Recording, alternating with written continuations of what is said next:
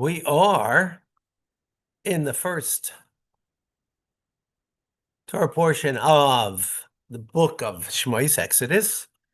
We're the fifth reading. Shemot, Exodus, chapter 3, verse number 16. Hi, everybody. Hi. Okay.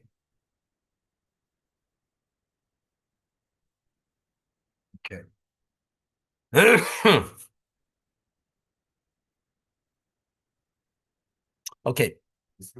Lech. So God continues his discussion with Moshe Rabbeinu, with Moses. Lech, go, Asafta, and gather, Ziknei Israel, the elders of Israel. Marta Aleim, and say to them, what should you say to him? Hashem Elokei Aviseichem, Hashem, the God of your fathers, your forefathers, Nira, Eli, appeared to me. Elokei Avram, Yitzchak, Yaakov, the God of Avram, Yitzchak, and Yaakov. Interesting. Sometimes it says the God of Avraham, the God of Yitzchak, and here it's the one God of the three of them. It's not a screen, Rabbi. Yes. Oh, I didn't share. No. Thank you. What's going on here? Sorry about that. Let us share. Sharing is caring. Okay. There we go. Okay.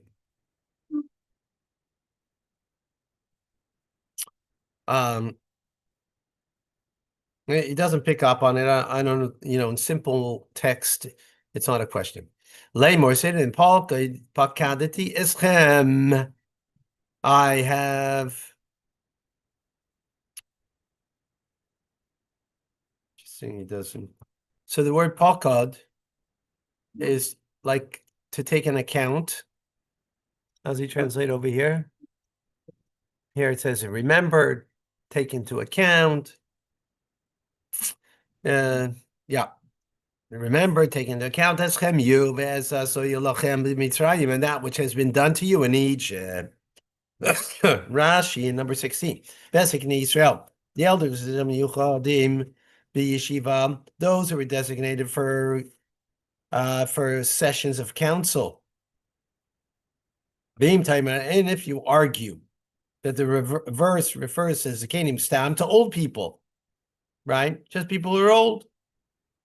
Because that's what the word Zakanim means, elders. How would it be possible for Moshe to gather the elders from 600,000? In other words, it can't, you're not gathering all the elders.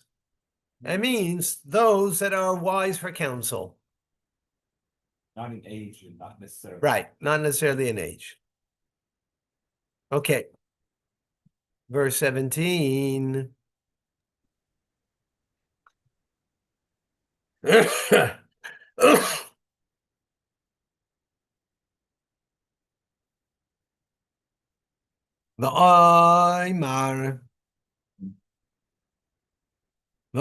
I've said, Ale eschem, that I will bring you up me'oni Mitzrayim from the affliction of Egypt, El Eretz HaKanani, to the land of the Canaanites, Achivi, the Chibi, the Ameri, Bapris, Ve'abu, Achibi, Abusi, El Erzvas, to the land that is Vas, meaning flowing, Chalav, with milk, Udvash, and honey.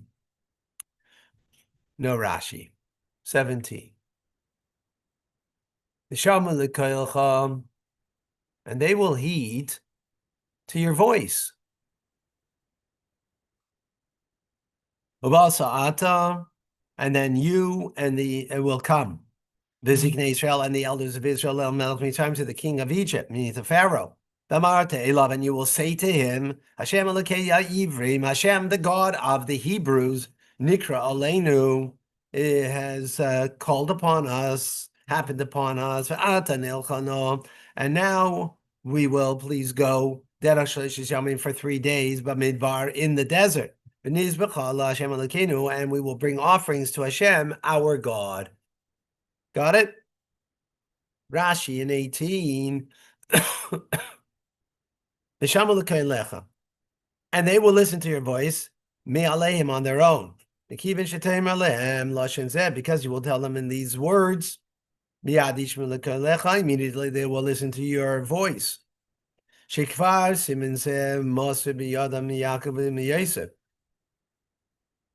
Who are we talking about over? Who's going to listen? Who's listening over here? Huh? Yeah. The elders. They're going to listen. Right? Why are they going to listen? Because they know already that there's a sign that's been passed down to them from Yaakov to Yosef, right? And through the generations, and with these words, they're going to be redeemed. Yaakov Amar Lehem, Yaakov said to them, that God will indeed take account of you, or remember you, whatever term you want to use there. Yosef Amar Lehem, this is at the end of last week's Torah portion, if you recall. Yeah. Yosef Amar Lehem, and Yosef said, likewise said to his brothers, that God will indeed take you into account and remember you. Right? That was the end of last week's Torah portion, if you recall. Okay, Ivrim, the God of the Hebrews, the Ivrim is spelled over here, Yud Yisera, with an extra Yud. Remez La'eser Makas, an allusion to the 10 plagues. Of course, why would it be important to, in other words, that's how they're going to be remembered through the 10 plagues.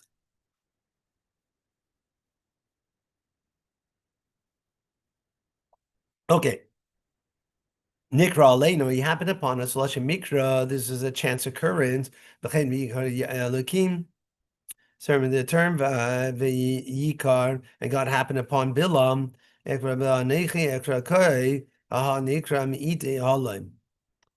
So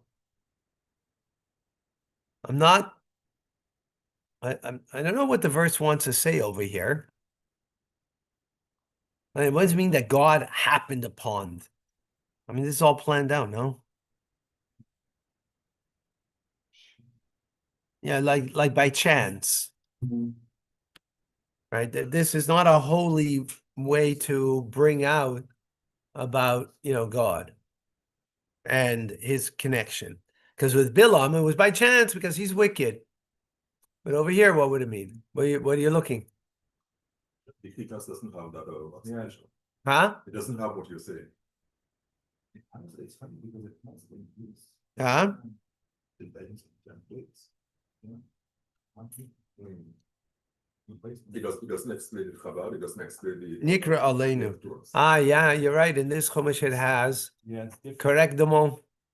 Yeah. 1 second, let me see.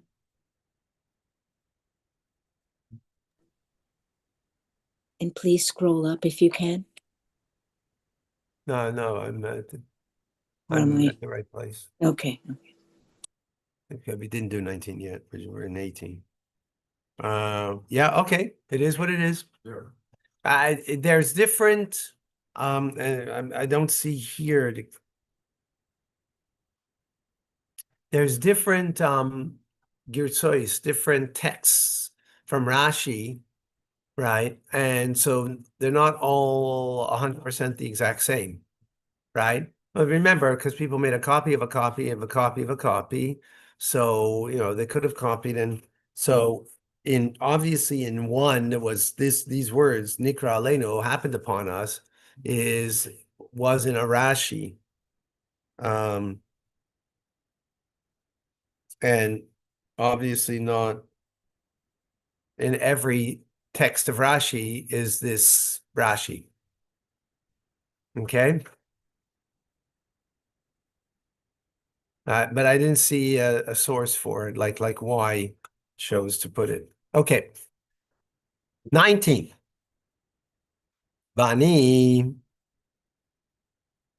And I know. So God's speaking still, right, to Moshe.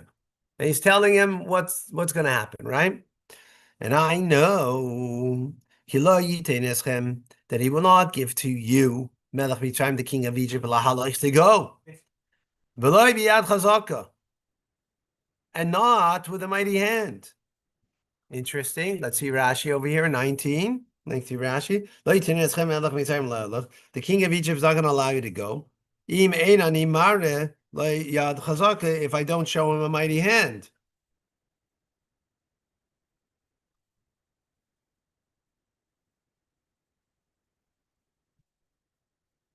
Okay. In other words, that's to say, Kol Ein Ani Idea Yad Chazaka. Excuse me. That as long as I do not make him aware of my mighty hand, Lo Yitin Eschem Lahalach, he will not allow you to go. Which is interesting. Yeah, right. That's how the end of the verse fits in with it, right? Because otherwise it kind of doesn't make sense. I know that the king of Egypt not allowed to go, if not for my mighty hand, right? Maybe despite him, despite most like it's not willingly he's gonna let him. Right, unless he sees my mighty hand, right? Lo yitain, not allow. The most basic meaning of this is he will not give. And this is understood like Kitarguma, like Unkelis's translation. Lo yishbak, he will not allow. Well, they all came like Nasaticha, therefore I did not allow. He's just giving different examples that God did not allow to deal in an evil way. Thank you. All of them are a term of allowing, an expression of giving, of allowing. Excuse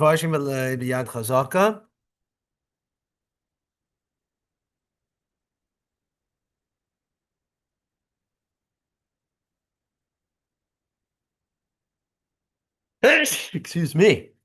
Oi. Okay. Oopsie. Bless you. There we go.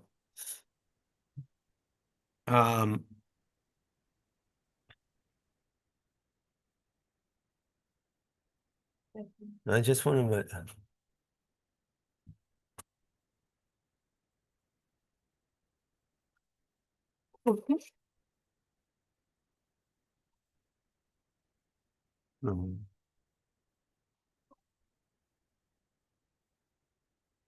One second.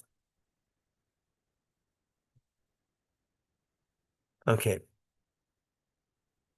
Thank you. So there are commentators, Yesh Mefarshim, we're in the middle of Layit, the last Rashi here. They say they're not with a mighty hand, but not because Pharaoh's hand is mighty. They relate the verse to the following, to one following. The God says that he will show Pharaoh the mighty hand, that Pharaoh's hand is not mighty.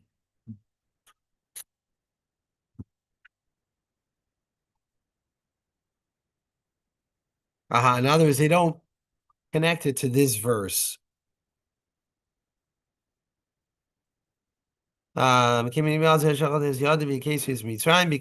as soon as I will set my hand forth and I will strike Egypt, and Onkelos translates it.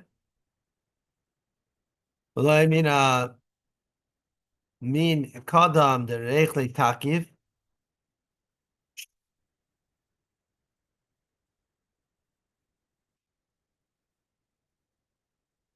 Okay. So he translates it to the forthcoming verses. Okay, let's go further and we'll see. Vishalachti is yadi, and I will send my hand. Now I will stretch my hand forth. V'kesi Mitzrayim, and I will strike the Egyptians, Egypt. Bechol nifloisai, in all of my wonders. Asher esa that I will do, bikirbai, in their midst, in its midst. And only afterwards he will send you out. Menasati is chen ha'am, and I will give the chen. What was that? The grace of the nation, Hazev, this nation. Be'enei Mitzrayim, and it was this nation, meaning the Jewish people, right? Be'enei Mitzrayim, I will give them grace, that they will be favorable in the eyes of the Egyptians. And it'll be when you will leave. You're not going to go empty-handed, right? what will be? Verse 22. Mishala Isha, each woman will ask, Mishkenta, from her neighbor, Omigaras Besa, and from those that dwell, those Migaras Besa, those who live in a house. Clay Kesef, they're going to ask from them silverware, silver vessels, a klezov, and golden vessels, the smolos and garments, the samtim al benechem, and you will put them on your sons, v'bnei and on your daughters, and itzaltem as mitzrayim, and you will empty out Egypt. Oh boy, big stuff here. You remember where we had that?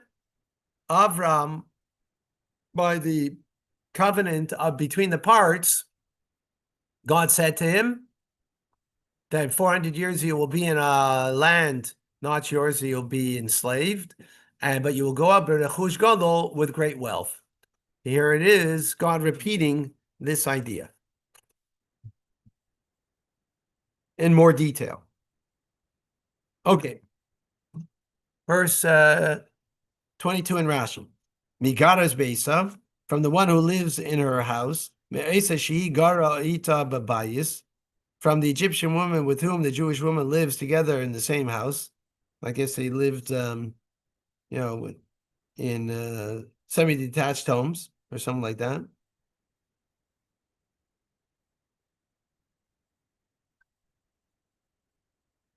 Yeah, it doesn't mean that they own their own homes, the Jews, because they were slaves. So seemingly they didn't, right? Okay, v'nitzaltem, and you will empty out. Rashi, kitargumoy, they should be understood according to Unkeles, v'sroikenen, empty. Likewise, the phrase "they emptied out Egypt," that is a term later on we'll have in the Chumash.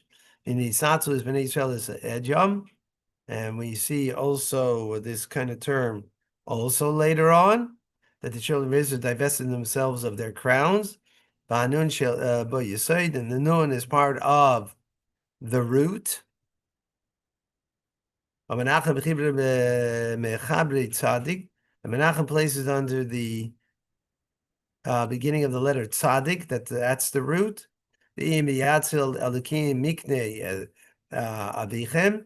And if God will set apart the father's cattle, and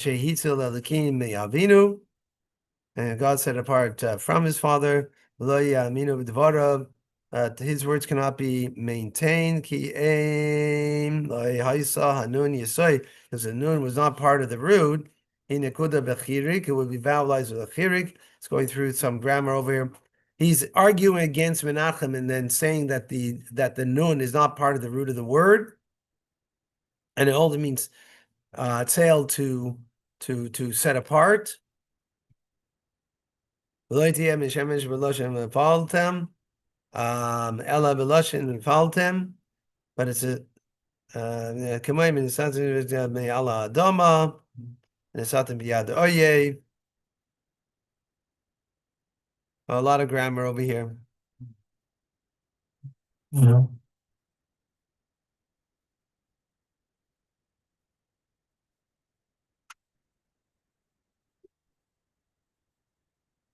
I know the brush.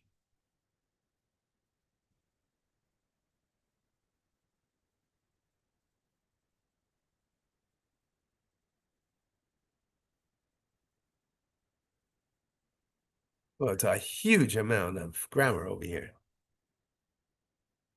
And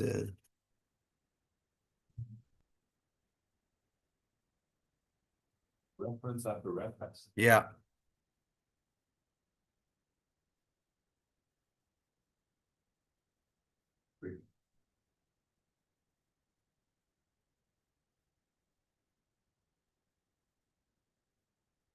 Okay.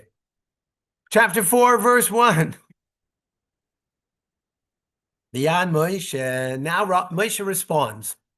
He's replying to everything that God said. Vayomer, and he said, Vehein And they lo yaminu, they're not going to believe li. They're not going to believe me. They're going to believe me. Lo yishmu b'kelim, not going to listen to my voice. Ki yoimru, because they're going to say lo nira alecha Hashem, that God did not appear to you. They're going to say, oh, this whole thing, it's a baba maisa. God didn't appear to you. Verse number 2. Vayemer elav Hashem, and Hashem said to him, what is this in your hand? And he said, it's a staff. Rashi in verse number 2, what is this in your hand? Mazeh, and as opposed to 2 words. Rashi said it's written as 1 word, mazeh, lidrash, to interpret it, that mazeh means what is this, but it means from this. Mizeh. Remember, there's no vowels, right? So you can read it different ways, right? So to say from this, that it will be with this staff that's in your hand that you ought to be beaten. Why? Because you suspected innocent people that they're going to do wrong. Right? You just said that they're not going to listen to you. You should be punished with the staff, which he will be, right? Because what's he going to do with that staff? It's going to hit the rock later, and he will be punished. That's the midrash, though. Shutai, the simple meaning is, like a man, like a person says to another, do you agree that this is what in front of you is a stone? Yes. Oh, I'm going to make it into and turn it into a piece of wood. Right? Because that's what's going to happen now, right? That's the simple meaning. Why Rashi brings the midrash before the simple meaning and why, he needs it at all? Good question. Because of the way it's written, the word. Because it should have said mazeh. What is this? Right? Since it's written in 1 word, the real way to read it would be mizeh, from this. Yes. From this staff, right? So that's why he brings it first, because of the word itself as opposed to context. When he says that turning the wood to stone or vice versa, is it referring to the place?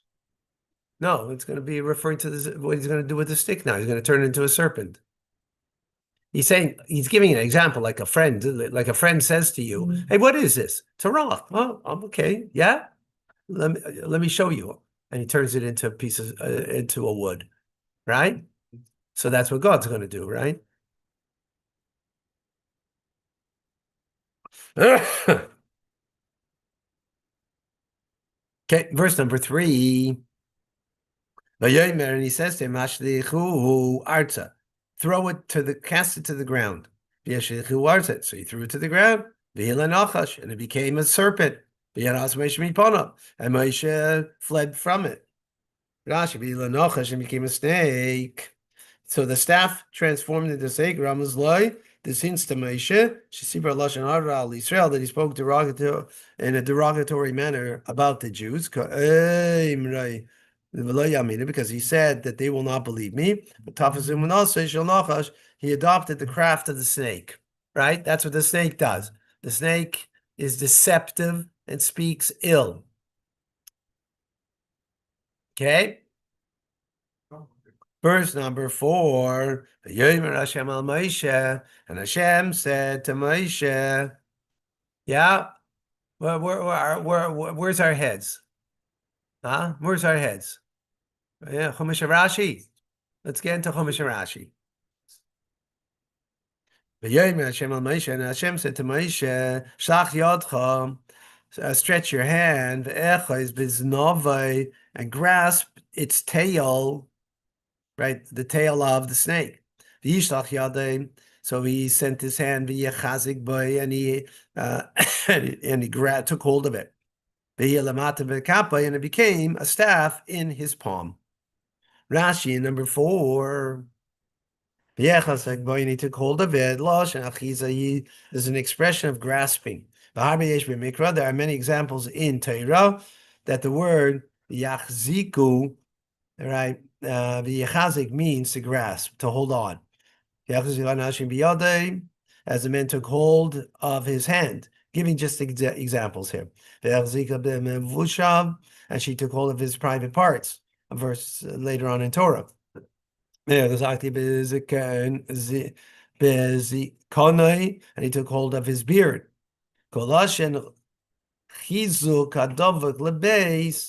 So any word of chazak, right, with a preface of a base to it, lashon achiza, who is an expression of grasping.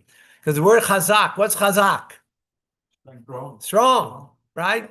Chazak is Chabad Zechin Kadeshin, right? Strong, right? So chazak v'nis chazek, as we just said at the end of finishing the first book. So what does it mean to grasp? So it means to hold on, to grasp, when you put a base in front of it as a prefix. That's what Rashi is saying.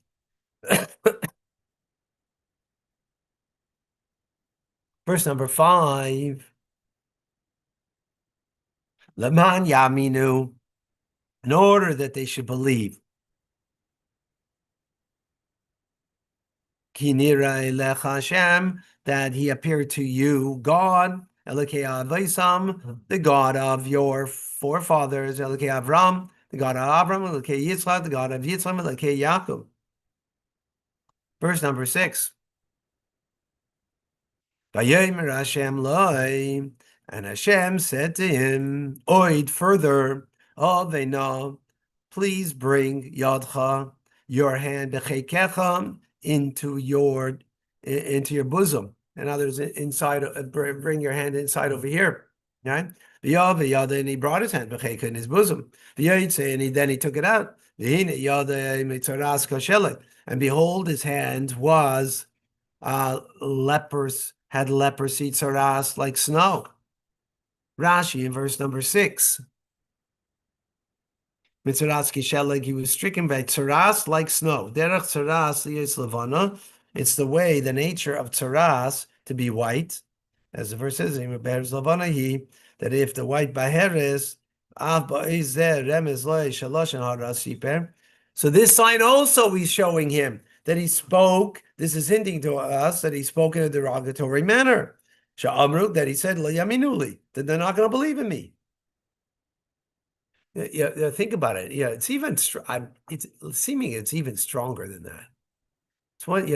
Everybody could speak ill about a fellow Jew, but he's doing it in front of God, and not only doing it in front of God. When God tells him, "Go and do," and they're going to believe in you. So no, they're not going to believe in me. Like, hello, what's going on over here? That's pretty. That's pretty derogatory. That's why God smote him with tzaras. Likewise, as Miriam, she was stricken in tzaras later on in the book of Bamidbar for her derogatory talk against Moshe. Why does Rashi have to bring that over here? Like, to what end? What do we need to, like, what does that need to prove? Slander, the link between slander and tzara. I guess to show that there's another instance of it, but okay. All right. The young man, and he said further, God said to him, return your hand, to your bosom, and then he returned his hand, to his bosom, and he took it from his bosom, and it reverted back to its flesh. It went away. Verse number 7 in Rashi. He withdrew it from his bosom, and behold, it reverted to flesh. From here, the measure of good, love and it comes faster than the measure of punishment. Why? Because the first time it said Moshe withdrew his hand from his bosom and discovered it was sticking with Saras, it doesn't say from his bosom.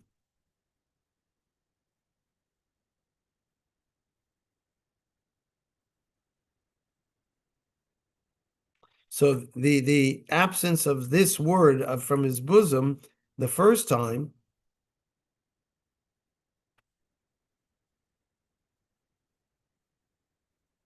means, in other words, when he had his hand here, he didn't have tsaras, only when he took it out. But when he put it back in, right away, it was taken away. So what is that teaching us? That God's goodness that he does is greater than the pain and suffering that he gives us, right? He's more quick to bring us the goodness, right? Because right away when he put it in, right, into his bosom, the taras went away. That's what Rashi's explaining. Okay?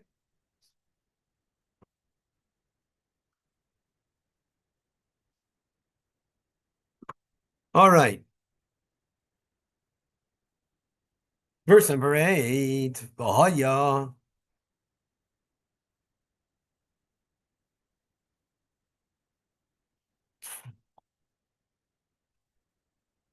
And it will come to pass that if they don't believe in you, and they will not listen to the voice from the first thought, from the first sign, but they will believe in the voice of the sign, the last one. Rashi in number 8. Sorry, is it still the elders or the people, whole people? Who's they? Let's see Rashi. Okay, good question. It's the people. It's the people. Yeah. They'll believe in the voice of the latter sign. Once you tell them that I was tricking on your account. Because I spoke about you derogatorily. Who did he speak derogatorily about? To who? About who? The Jewish people, not the elders. All of the Jewish people, right? And they will believe you, because they've already learned regarding such a matter, mizdavgin of those who attack them in order to harm them, like they get stricken with Saras, getting part of Avimelech, like Pharaoh and Avimelech because of Sarah.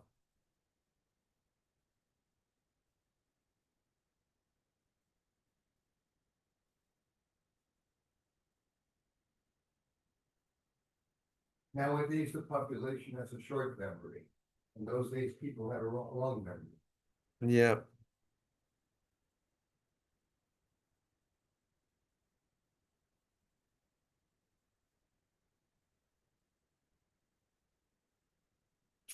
In other words, like this, saying like this.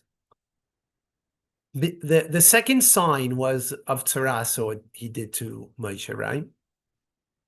So there's a historical precedence to this, right? Sarah with Pharaoh and Avimelech, right? That they got Tzaras. They know about that. And I remember that it's a history of the Jewish people, and they know this, right? So that will be more credible to the people, meaning the last sign they will believe in more than the first one of the staff turning into a serpent.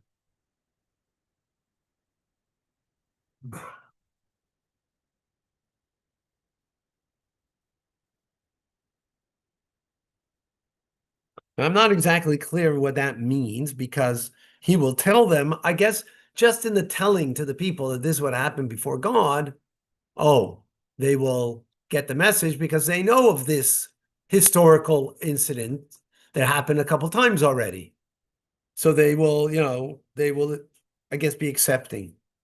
That's the way, in other words, they'll believe. Interesting. Okay. So now he continues, though, God, and says, V'haya, and it will come, im lo yaminu, if they do not believe, gam b'shnei oisis ha'ela, in these two signs, v'lo yishmelu koilecha, and they will not listen to your voice, v'lekachta imei hayor, so then you'll take from the waters of the river, the Nile River, right? The shafachta hayabasha, and you will pour it out onto the dry land, v'ayu amayim, and the waters will be asher tikach minayor, that you take out from the river, v'hayu ledam yabasha, and they will be blood when it's on dry land. Right? What's that? The first plague, right? In other words, they're not going to believe these signs. Well, when it comes to the first plague, then they'll start becoming believers. Number 9. Yeah, we're good, folks? Following? Oh boy. Following. All right, great. Okay, and you shall take the waters from the river. This is hinting to the first plague. That they will take vengeance against the Egyptian gods. And this is what God does when he exacts punishment from the nations other than the Jewish people. First, he takes vengeance against their deity. That's why he's taking it against the Nile, right? Because the Egyptians worshiped the Nile because it sustained them. Therefore, he transformed it into blood. And the water will become it says hayu. Right, look at the verse. It says in the verse V'hayu. Look at it. V'hayu amayim, and the waters will become. And then it's v'hayu ledam lebasha, and they will become. Right? So it's twice. Why? Nira be'einai, it appears to me, Eila nemar, that if it would have stated, you take the water out of the river and it will turn to blood.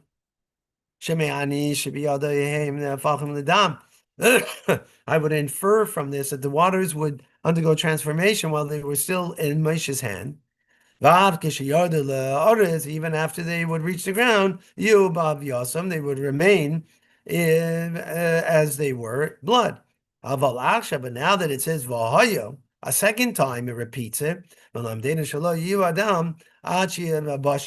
teaches that they will only turn into blood when they hit the dry land.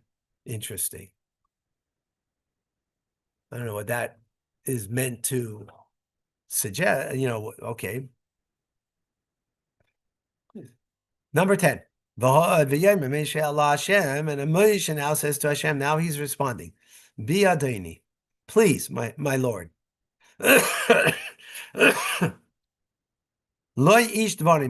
Okay, now look what he's coming up with. I am not a man of words. Gami Tmol, even from yesterday. Gami Shilshan, even the day before that. Gami Oz, even way before. Dabrecha el abdecha. You first spoke to your servant. He covered peh, that I have a heavy mouth. He covered loshen anechi, and I have a heavy speech. Rashi in number 10. He's fighting God with everything he can, that he should not be the Redeemer. Right? Rashi number 10, coming with Mol, even from yesterday, Lamadnu, from this, it teaches us Shkol, Shiva Yamim, Shayakodish Baruch Fatis Moshe Bisnei Leilech Bishlichusay, that the entire 7 days that God was persuading Moshe by the snare, by the thorn bush, to take this mission on, Mitmol, Shilshaim, Mi'az Bartcha, Haresh Leisha. So he's explaining how 7 days. Because the term says since yesterday and the day before yesterday, and since you first spoke, indicate 3 days. Gamim, and there's here gam, right? Also, vibuimheim is also an addition, which means an addition indicates an additional day. That's an additional 3 days. Yeah, initial 3 days. Yeah. Hare Shisha. So that gives us 6 days. V'haya oimed b'yom hashvi'i kishe'amar lo yiseis oid. And Moshe was standing before God on the 7th day when he said this further. Shlach na b'yad tishlach, as we'll get that shortly, in a couple of verses. Send in the hand of whom you will send when he objects to the mission. Ad shechazra boy, until God becomes angry with him. Shechara boy, rather, God became angry with him. Bekibul alav, and he accepted the mission upon himself.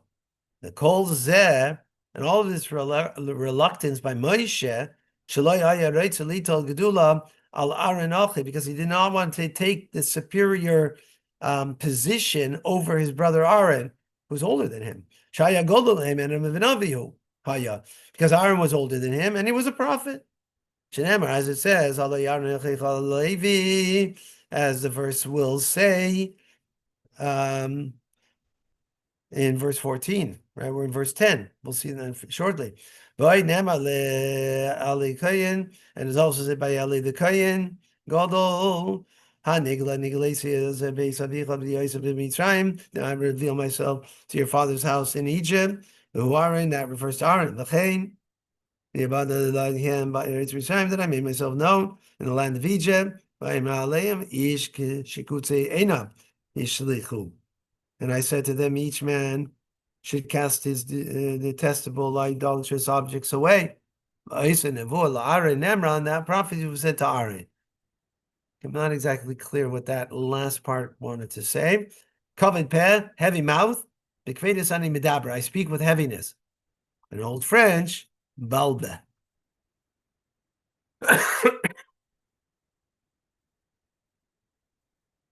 Okay.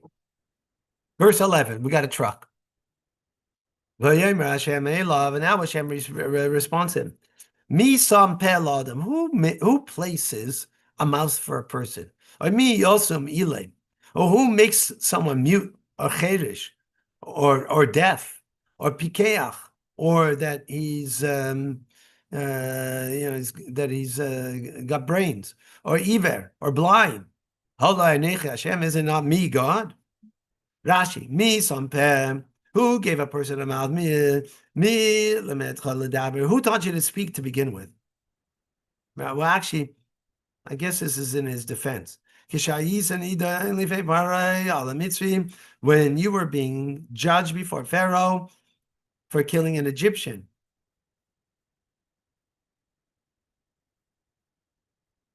I mean, in other words, who spoke in your defense when Pharaoh wanted to kill you? Right? When he killed the Egyptian at the beginning of the parsha, right? Or me also Elim, who makes one mute. Me also Para Elim, who made Pharaoh mute. Shaloi in his mates. The mitzvahs harigoscha. They did not have that. He did not do his utmost in fulfilling the command that you be executed. In other words, he wasn't firmly committed to the command of killing Moshe when he killed the Egyptian. As Mishmar say, that he made his servants deaf in that they did not heed Pharaoh's command regarding you. And that the executioners, those who kill, who made them blind that they could not see, that when you fled from the executioner's platform and escaped. I mean, who did all of this? Wow. Is it not I? Shishmi Hashem, my name Hashem, that did all of this. Right? The fact that you're here, you're alive, right? That you didn't get executed, and all of the details as he's showing in the words, it's me that did this. Verse 12. Data, and now, lech, go. I will be with your mouth. And I will teach you what you should say. Verse 13.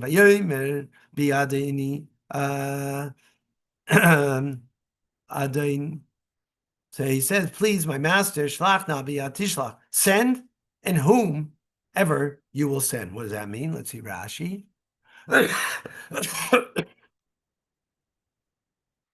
So by the hand of whoever you will send, biyad mishat that who you're accustomed to send.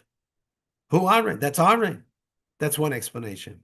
Send and who you usually send. That's what the first explanation is, right? Davar acher, alternative explanation. Biyad acher, send in the hand of some other.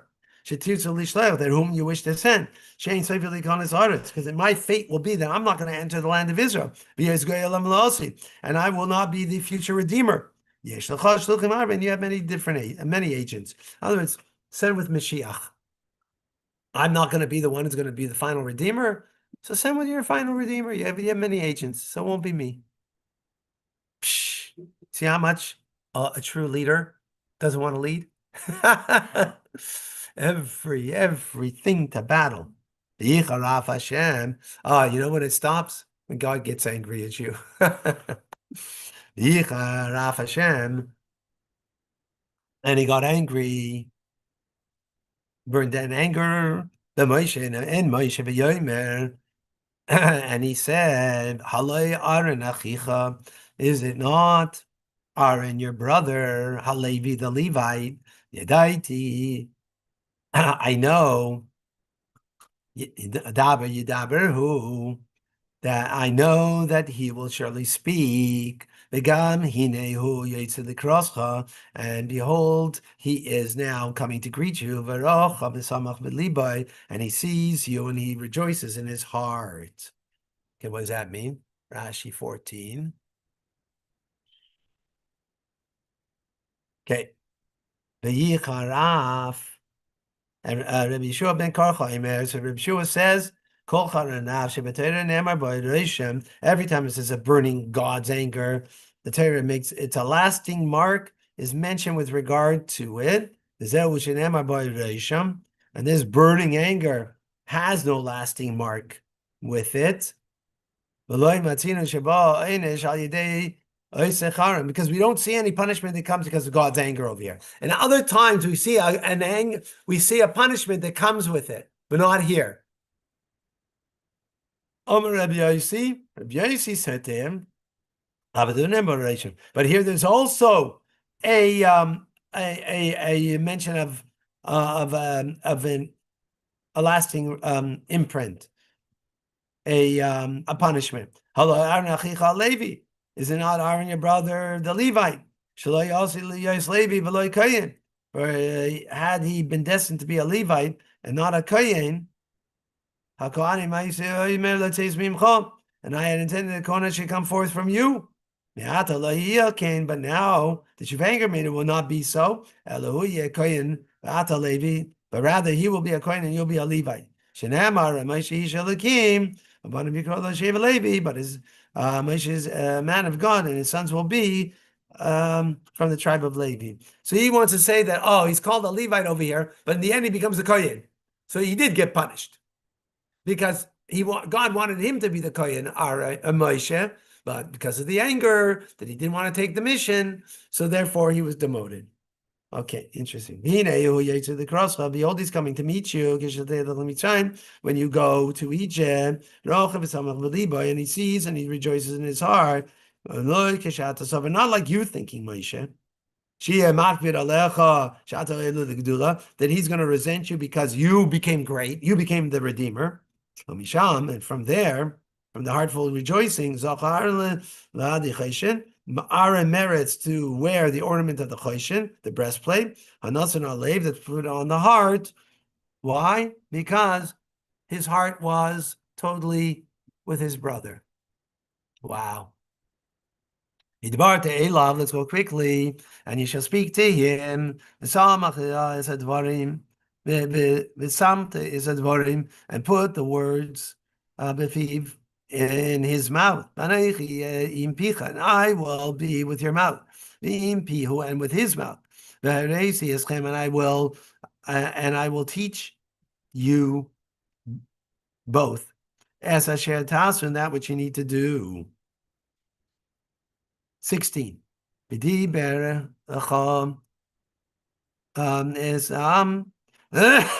and he shall speak for you to the nation. And he will be for you for a mouth. And you will be to him as a master. Rashi in 16, and he shall speak for you. He will speak on your behalf to the nation. And this shows that the forms of to you, to me, to him, and so on. When they're juxtaposed to speaking, shekul malashin el al hain. They have all have a meaning for, and others on your behalf.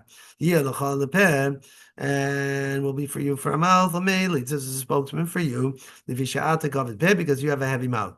Lakim, a master. L'Rab l'Sar, as a master and as an authority.